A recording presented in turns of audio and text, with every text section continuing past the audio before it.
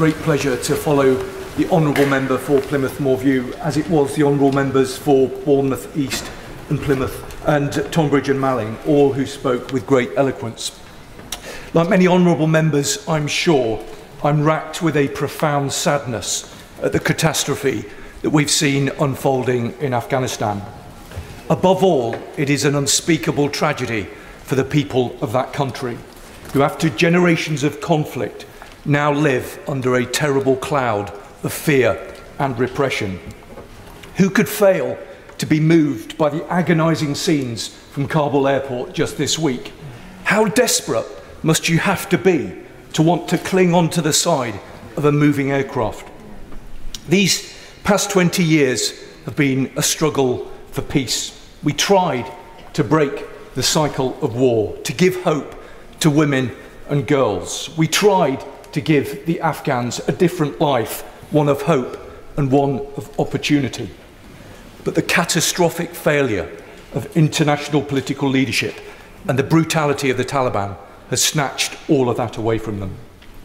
The new administration in Kabul should know that they will be judged not by their words, but by their actions. The world is watching.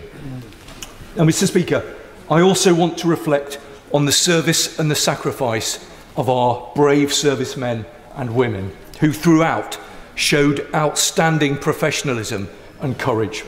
But as the Honourable Member for Plymouth Moorview said just a moment ago, recent developments have hit them hard. They're grappling with the question about whether all of the effort, the sacrifice, was really worth it. They're again grieving for fallen comrades who didn't come home. But whatever the outcome is in Afghanistan, those men and women and their families should be proud of their service, and we must be proud of them. Now, many of us who served in Afghanistan have a deep bond of affection for the Afghan people, and I had the honour of serving alongside them in Helmand.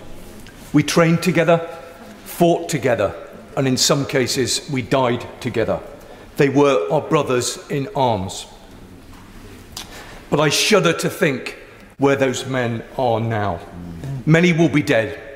Others, I know, now consider themselves to be dead men walking. Where were we in their hour of need? We were nowhere. And that is shameful. And it will have a very long-lasting impact on Britain's reputation right around the world. I will give way to my honourable friend, fellow litigator, is absolutely right in his description of the Afghan armed forces.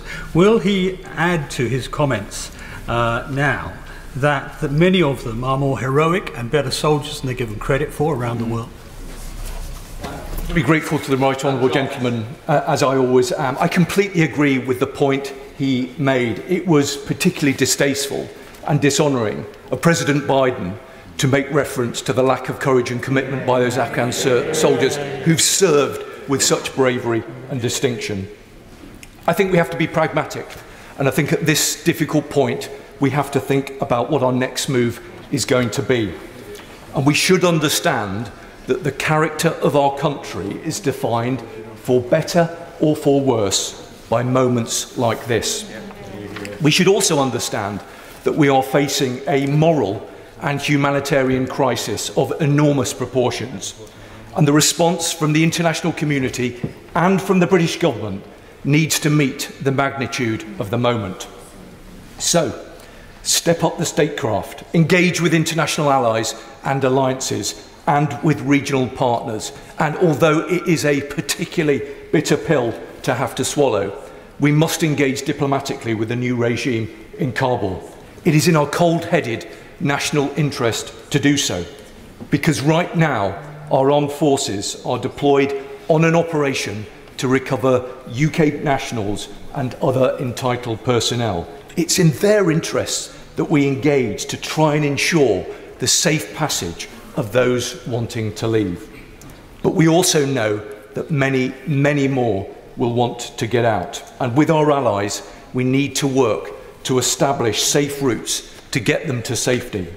We must show compassion and genuine generosity to refugees whilst accelerating and expanding the Arab scheme to support those who supported us. We also need to defend the hard-won progress over the past 20 years or so. Girls in school, women in Parliament and in the judiciary. We must ensure that Afghanistan does not slide back to where it was pre-9/11. And then, when the dust settles, we need to look at what went wrong and learn the lessons of this failure.